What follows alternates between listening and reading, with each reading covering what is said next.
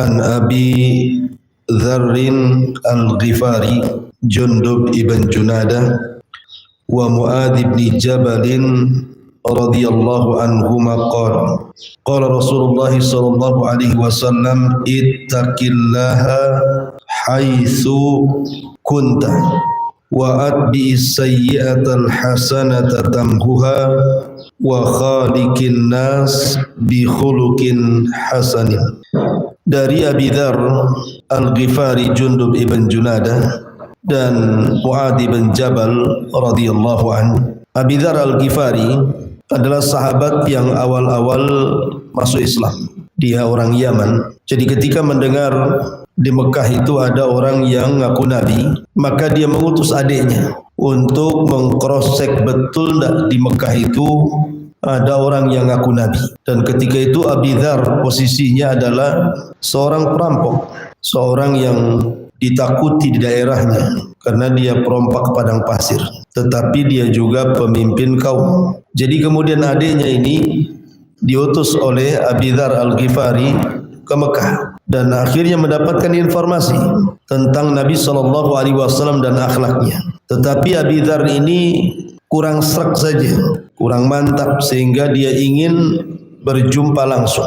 Berangkatlah Abi Dzar Al-Ghifari menuju Mekah dan berjumpa dengan Nabi SAW. Setelah yakin dia seorang Nabi, maka dia pun masuk Islam. Tetapi dia disuruh untuk menyembunyikan keislamannya. Dan Abi Dzar tidak tinggal di Mekah tetapi pulang ke Ghifar, ke Yaman. Dan belakangan dia bisa mengislamkan kabilahnya. Lah Abi Dzar Al-Ghifari ini memang terkenal banyak meriwayatkan hadis Nabi SAW juga. Ada sekitar 300 hadis yang sampai kepada kita lewat jalur Abi Dzar Al-Ghifari, salah satunya hadis yang kita baca ini. Adapun Mu'adz bin Jabal, ma'ruf, dia adalah pakarnya halal dan haram.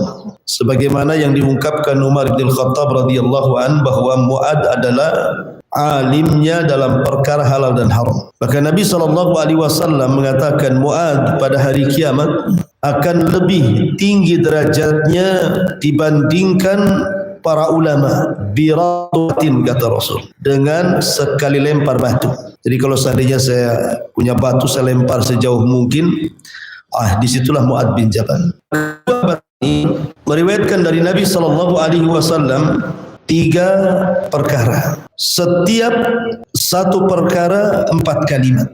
Pertama, ittaqillaha haitsu ma kun wa atbi'is sayyi'atal hasanata tamhuha wa khaliqin nas bi khuluqin hasan. Pertama, Nabi SAW mengatakan ittaqillaha haitsu ma kun. Bertakwalah kepada Allah dimanapun anda berada. Apa makna takwa itu? Ali bin Abi Thalib radhiyallahu an ketika ditanya mana takwa, beliau mengatakan takwa itu al khaufu minal jalil wal amalu bitanzil wal qana'atu bil qalil wal isti'dad li yaumir rahim. Jadi takwa itu al khaufu minal jalil, takut kepada Allah. Wal amalu bitanzil, mengamalkan apapun yang diturunkan dari Allah. Wal qana'atu bil qalil, merasa cukup apapun yang diberikan Allah. Wal isti'dad li yaumir rahim, kemudian persiapan untuk kehidupan setelah kematian. Itulah takwa. Jadi takwa itu, kata Ali bin Abi Thalib, terdiri dari 4 kalimat: takut kepada Allah, mengamalkan apapun yang diturunkan Allah, menerima apapun yang diberikan Allah, dan persiapan untuk setelah kematian. Ringkas tapi padat. Adapun Abdullah bin Mas'ud radhiyallahu an ketika ditanya soal takwa, Abdullah bin Mas'ud hanya memberikan permisalan. Bagaimana pendapatmu kalau engkau berjalan di sebuah jalan, jalan itu banyak durinya, banyak pakunya, banyak belingnya. Kira-kira kau berjalan seperti apa ke tempat itu? Maka Abdullah bin Mas'ud radhiyallahu an berikan pertanyaan seperti itu ketika ditanya soal takwa. Maka jawabannya tentu kita akan berjalan hati-hati supaya jangan keinjak duri, keinjak paku dan beling. Itulah takwa kata Abdullah bin Mas'ud. Maknanya jangan sampai kita ini terjerumus kepada yang haram. Di dunia ini macam-macam perkara haram itu. Belum lagi perkara syubhat, belum lagi perkara makruh.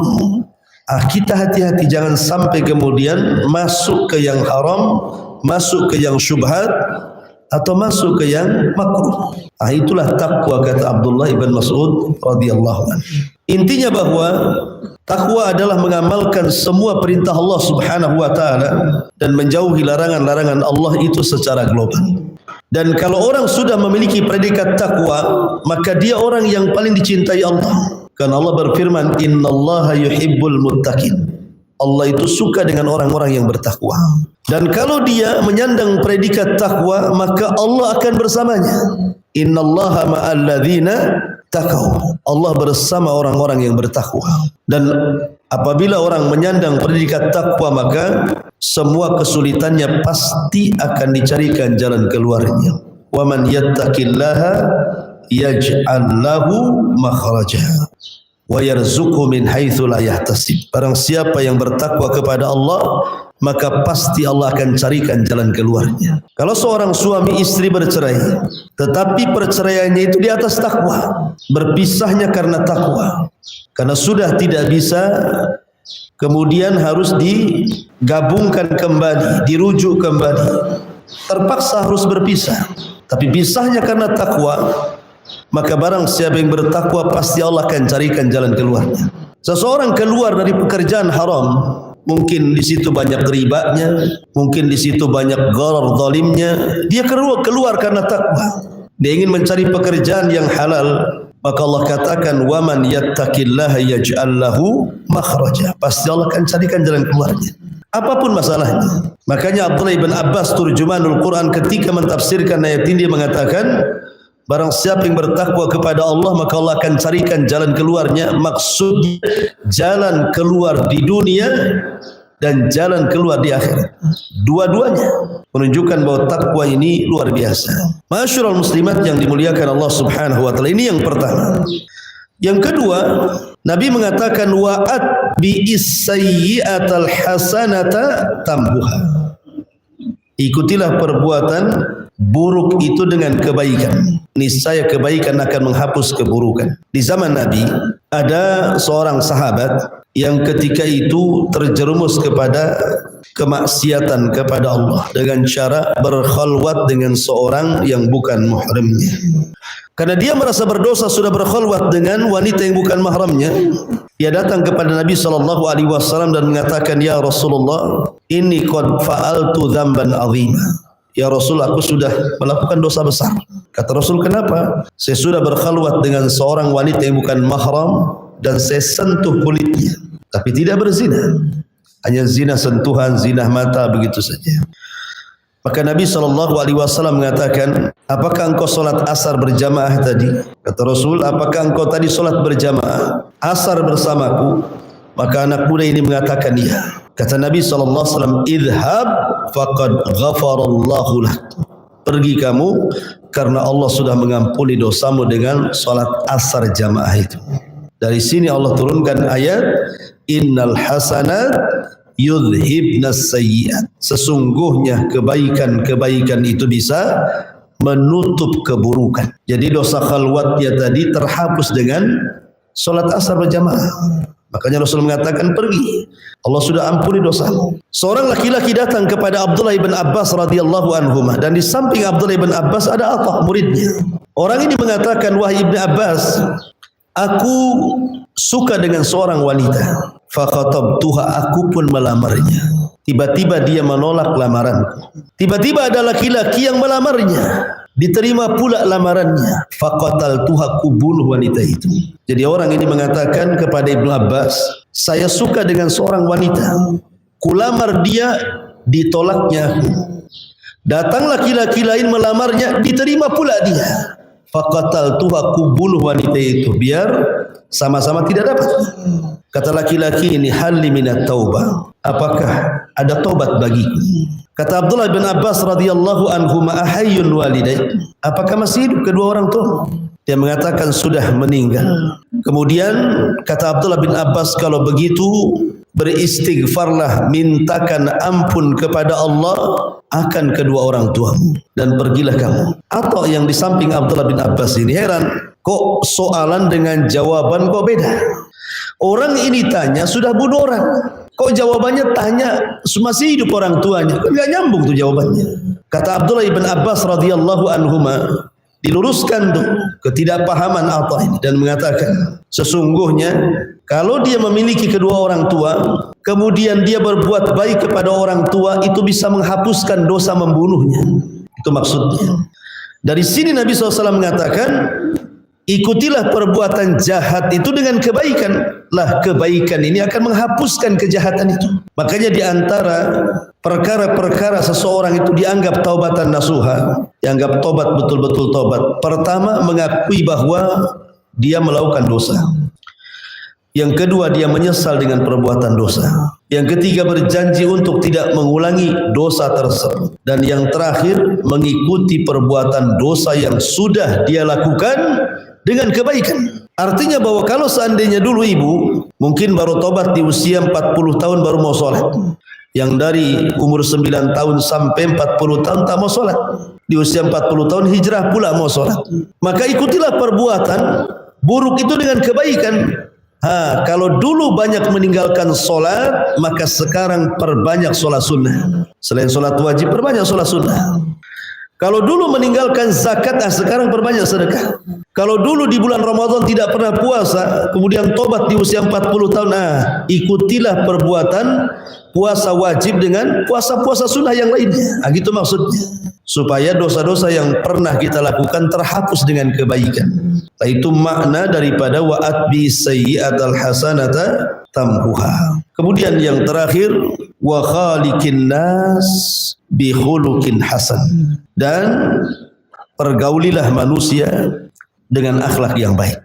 Bicara tentang husnul khuluq, tidak ada perkara yang paling banyak memasukkan manusia ke dalam sorga melebihi husnul khuluq, baik akhlak. Karena Nabi SAW yang mengatakan, aktsaru ma yudkhilun nasal jannah, kebanyakan orang yang dimasukkan oleh Allah ke dalam sorga. Rasul tidak mengatakan salat, Rasul tidak mengatakan puasa, Rasul tidak mengatakan zakat, Rasul tidak mengatakan qiraatul Quran, zikir dan yang lainnya.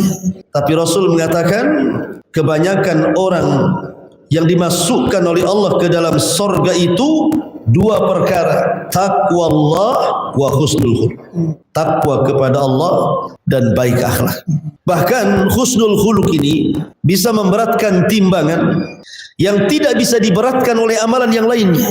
Artinya bahwa husnul khuluq ini bisa memberatkan timbangan melebihi amalan salat, melebihi amalan zakat, melebihi amalan baca Quran dan begitu seterusnya. Berdasarkan hadis Nabi SAW, Nabi mengatakan asqalu fil mizan, bahwa seberat-berat dalam timbangan adalah alaika bi husnil khuluq, perbaiki akhlakmu. Ma'asyiral muslimat yang dimuliakan Allah Azza wa Jalla, bahkan terkadang ada sorga yang tidak bisa diraih kecuali dengan husnul khuluq.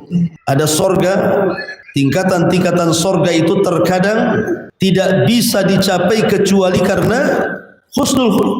Nabi SAW mengatakan, ana zaimun bi baitin fi rabbil jannah liman taraka al-mira wa in kana muhiqqa, wa bi baitin fi wastil jannah liman taraka al-kadhib wa in kana maziha, wa bi baitin fi a'lal jannati liman hasuna khuluquhu. Kata Rasul, ku jamin sebuah istana di pinggiran sorga bagi orang yang meninggalkan perdebatan walaupun dia di atas kebenaran.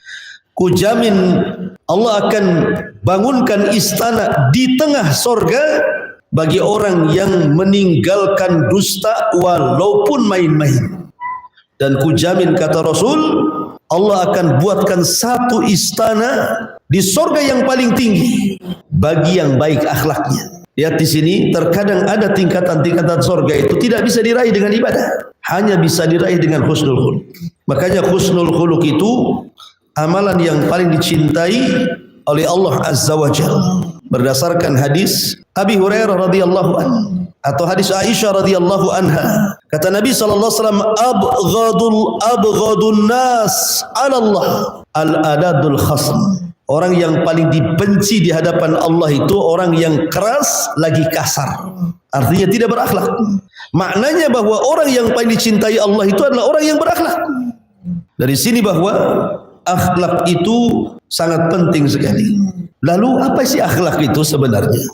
Mengutip perkataan Abdullah ibn Mubarak radhiyallahu anhu, akhlak itu diambil dari 3 kata. Pertama, kaful adha. Yang kedua, badlun nadha. Dan yang ketiga, talaqatul wajhi. Itulah akhlak. Singkat padat, kata Abdullah ibn Mubarak. Abdullah ibn Mubarak mengatakan akhlak adalah kaful adha, berhenti untuk tidak menyakiti orang. Lisannya dijaga, tidak menyakiti orang lain.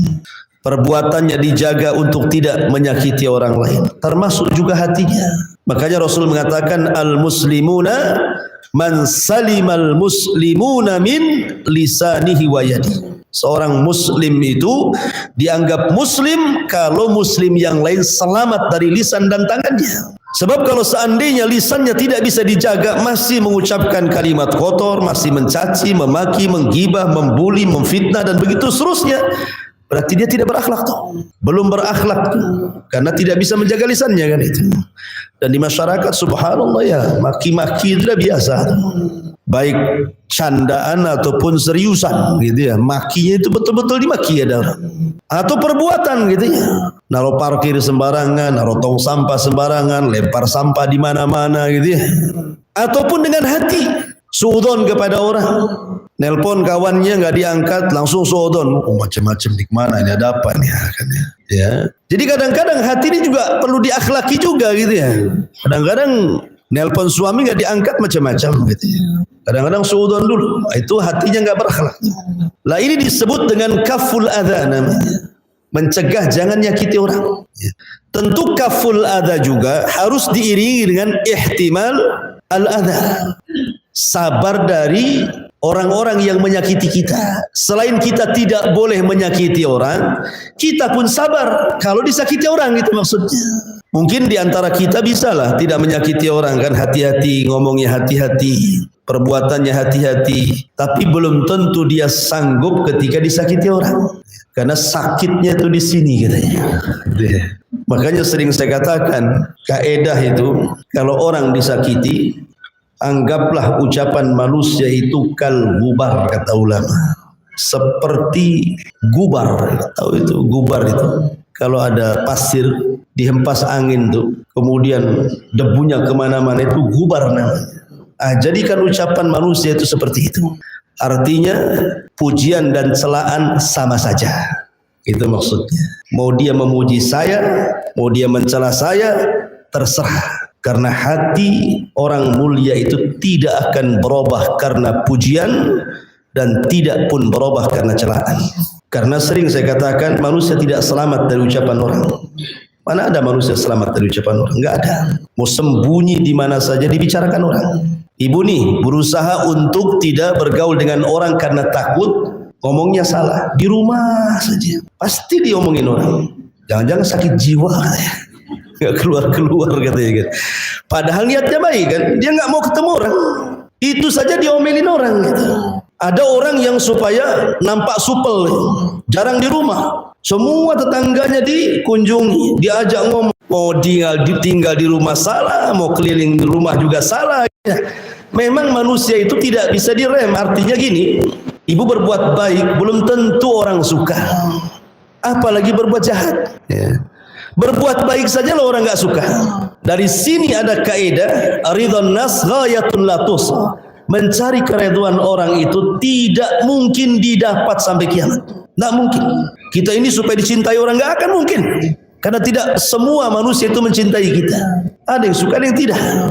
Ada yang hasad, ada yang dengki gitu ya. Makanya jangan jadikan ucapan manusia itu mempengaruhi hati.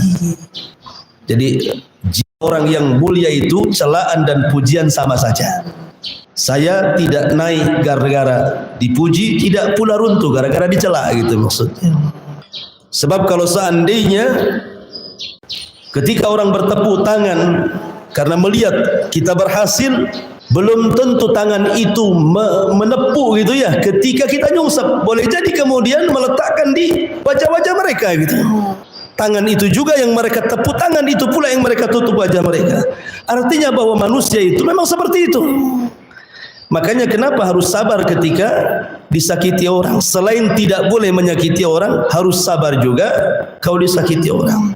Sebab kalau seandainya kita tidak sabar, kita balas orang yang menyakiti dengan menyakiti, lalu apa bedanya ibu dengan dia? Enggak ada akhlak kan? Sama-sama enggak punya akhlak. Makanya jangan memindahkan bara api di hati orang marah ke hati kita. Orang marah itu kan banyak apinya tuh di hatinya, lagi membakar dia kan. Jangan dipindah pula hati ini apinya ke hati kita, masing-masing terbakar nanti kan. Kalau sudah gitu dua-duanya setan lah kan. Makanya supaya terbedakan mana orang baik, mana orang jahat itu sabar gitu maksudnya. Itulah berakhlak artinya. Kemudian yang kedua, kata Abdullah ibn Mubarak, akhlak itu adalah badlu nada, memperhatikan hak orang lain. Jangan anania. Anania itu maksudnya egois. Pokoknya yang penting keluarga, yang penting saya, suami, anak, orang tua senang. Mau tetangga susah, terserah. Mau anak yatim susah, terserah. Mau fakir miskin gak makan, urusan dia. Itu tidak punya akhlak. Karena badlun nada itu artinya memperhatikan hak orang lain. Ketika seseorang memperhatikan hak orang lain, kita makan, berarti dia sehingga peka sosialnya, dia membantu fuqara wal masakin, anak-anak yatim, orang-orang yang membutuhkan, berarti dia telah berakhlak karena dia memperhatikan hak orang. Namanya badlun nada. Dia berusaha sekuat tenaga membantu orang. Dengan ilmunya dia bantu dengan pengetahuannya, dengan tenaganya dia bantu dengan tenaganya. Kalau ada harta dia bantu dengan hartanya. Fa amman a'ta wattaqa wa saddaqa bil husna fasanuyassiruhu lil yusra. Kemudian yang ketiga, talaqatul wajhi. Talaqatul wajhi artinya mukanya tidak menyeramkan, tidak menakutkan, suka senyum ya. Karena bagaimanapun Rasul mengatakan tabassumuka li akhika sadaqah. Senyum kamu kepada saudaramu itu bagian daripada sedekah. Bahkan Rasul mengatakan jangan remehkan sekecil apapun kebaikan walaupun lemparan senyum kepada saudara. Ini menurut Abdullah ibn Mubarak. Lain pula Al-Imam Ibnul Qayyim rahimahullahu ta'ala, ketika beliau ditanya soal akhlak, beliau mengatakan bahwa anna husnal khuluqi yakumu ala arba'ati umur, bahwa baik akhlak itu didasari karena 4 perkara. Pertama as-sabr, sabar.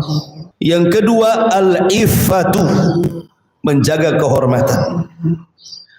Kemudian yang ketiga wasyaja'atu, memiliki keberanian. Kemudian yang terakhir wal adlu, dan memiliki kebijaksanaan. Inilah pondasi akhlak. Sabar. Sabar ketika melaksanakan ketaatan, sabar ketika meninggalkan kemaksiatan, sabar ketika mendapatkan qada dan takdir Allah yang kurang baik. Kemudian al-ifah, menjaga kehormatan, dijaga kehormatannya. Kalau sudah punya suami, ya sudah suaminya saja yang dilayani. Dan begitu seterusnya, termasuk juga menjaga auratnya. Kemudian wasyaja'ah, keberanian. Maksud keberanian di sini artinya seperti yang dipujikan kepada wanita-wanita Ansar. Semoga Allah merahmati wanita-wanita Ansar. Mereka wanita-wanita yang suka belajar. Kalau mereka tidak paham, mereka bertanya, berani. Kemudian juga bijaksana. Kemudian juga yang lain, Al-Hasan, maksudnya Hasan Al-Basri, seorang pemimpin tabi'in, ketika ditanya soal akhlak, beliau mengatakan al-qaram wal badalatu wal ihtimam. Karam artinya dermawan. Kemudian badalah artinya mencurahkan semua tenaganya untuk membantu orang. Wal ihtimal, sabar ketika mendapatkan ujian dan cobaan. Kemudian Imam Ahmad juga ditanya tentang husnul khuluq, dia mengatakan husnul khuluq alla taghdab wa la tahqid. Kata Imam Ahmad, baik akhlak itu ketika Anda tidak marah dan ketika Anda tidak dengki. Ketika kita bisa mengerem emosi, berarti Anda sedang berakhlak, itu maksudnya. Karena kebanyakan yang satu ini susah direm, ya. Makanya Rasul ketika datang seorang laki-laki yang tabiatnya temperamen, suka marah gitu ya, Rasul tahu nih apa yang dinasihatkan kepada dia. Dia mengatakan, Rasul nasihati aku. Kata Rasul, la taghdab, jangan marah. Yang lain, Rasul, la taghdab, jangan marah. Yang lain, Rasul, la taghdab, jangan marah. Kenapa Rasul 3 kali mengatakan jangan marah, jangan marah, jangan marah? Karena Rasul tahu orang ini suka emosi.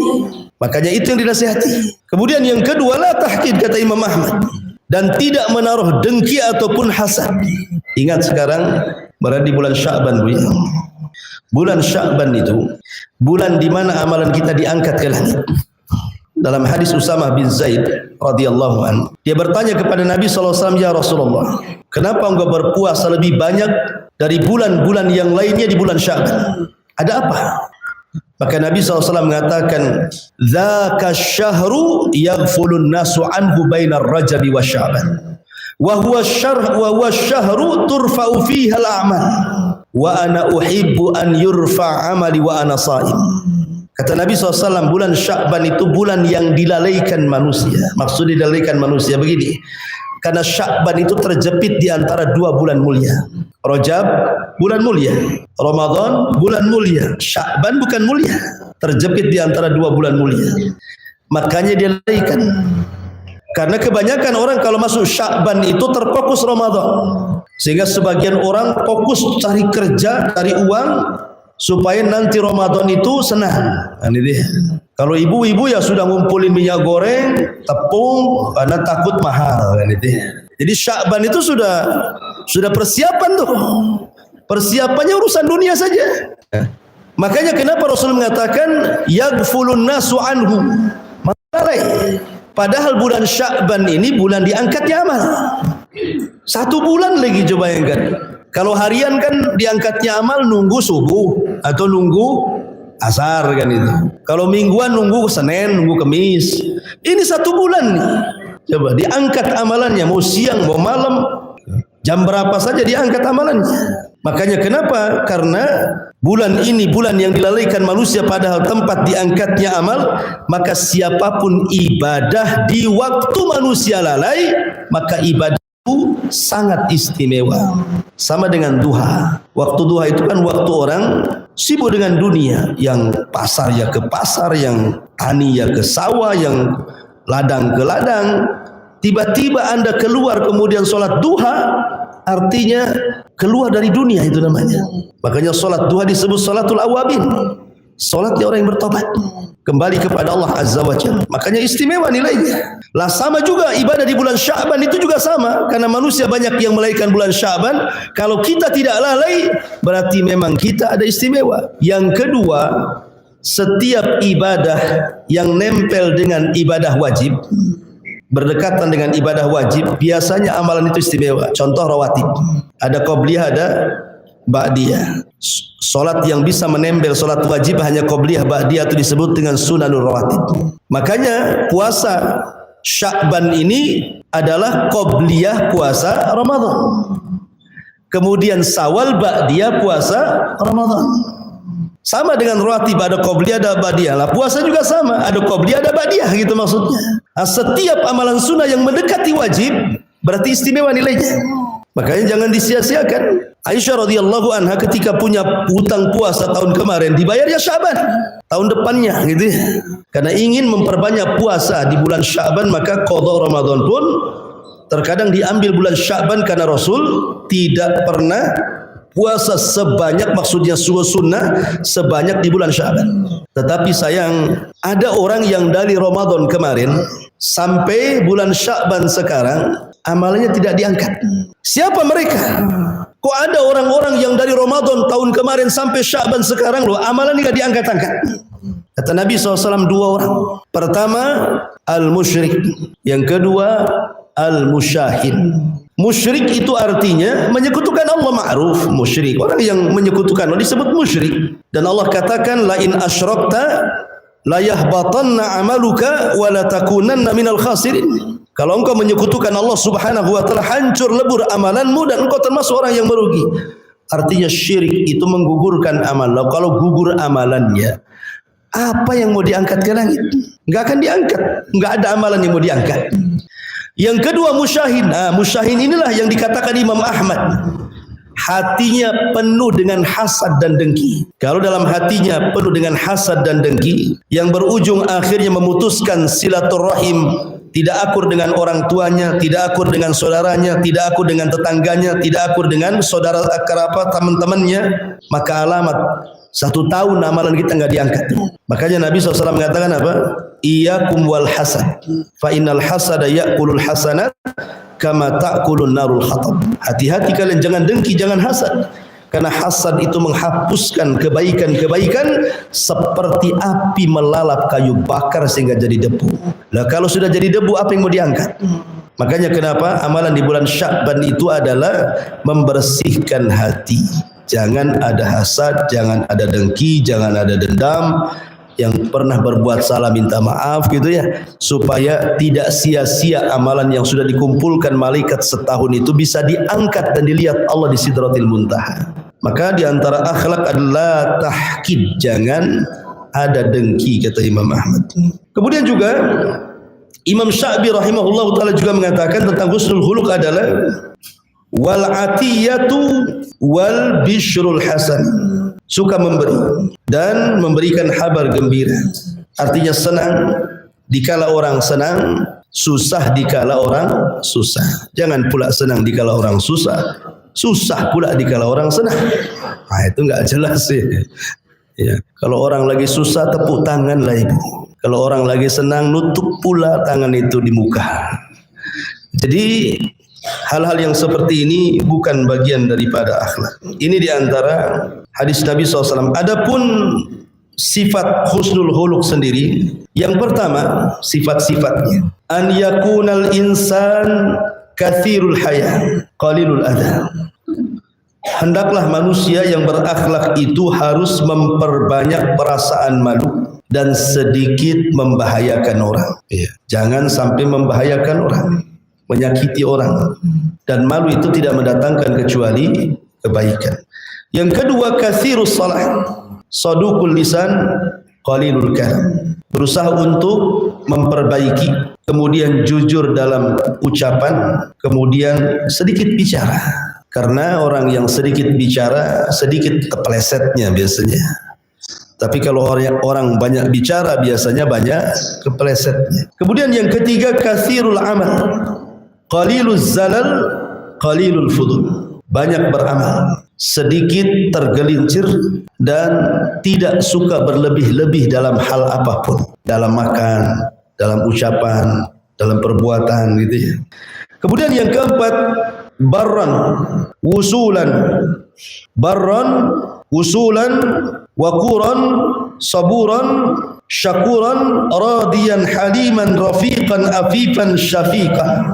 Suka berbuat baik kepada orang tua, menyambung silaturahim, tenang, sabar, syukur, ridha, lembut, menjaga diri dan kehormatan, dan penuh dengan kasih sayang dan kelembutan. Kemudian yang nomor 5, la la'anan wala sabbaban wala namaman wala mughtaban wala ajulan wala haqudan wala bakhilan wala hasudan.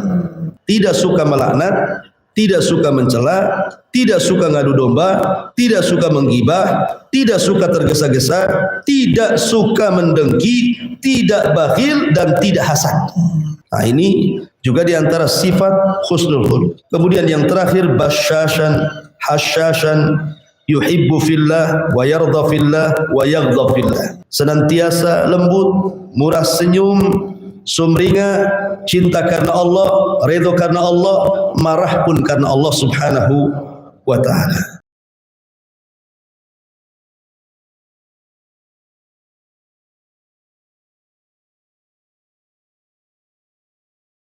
Subhanallah. والحمد لله